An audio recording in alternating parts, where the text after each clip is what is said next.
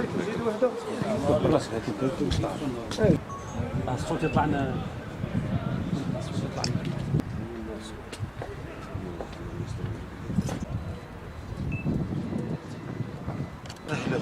في الفايد شحال قاعد يدير هادي يسوي؟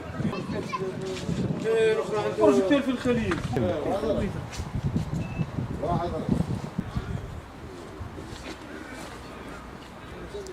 أثناء قيام أفراد السارية الإقليمية لأمن الطرقات بالجلفة بشرطة الطريق على مستوى الطريق الوطني رقم 1 بالضبط بالمكان المسمى واد بن عام من توقيف شاحنة تبريد نوع هيونداي قادمة من ولاية مراس باتجاه ولاية الجزائر، وبعد مراقبة وثائقها وتفتيشها تم العثور على ما يفوق 30 قنطار من أحشاء الحيوانات ورؤوس الأبقار كانت بصدد توجيهها إلى الجزائر العاصمة وتوزيعها على المذابح.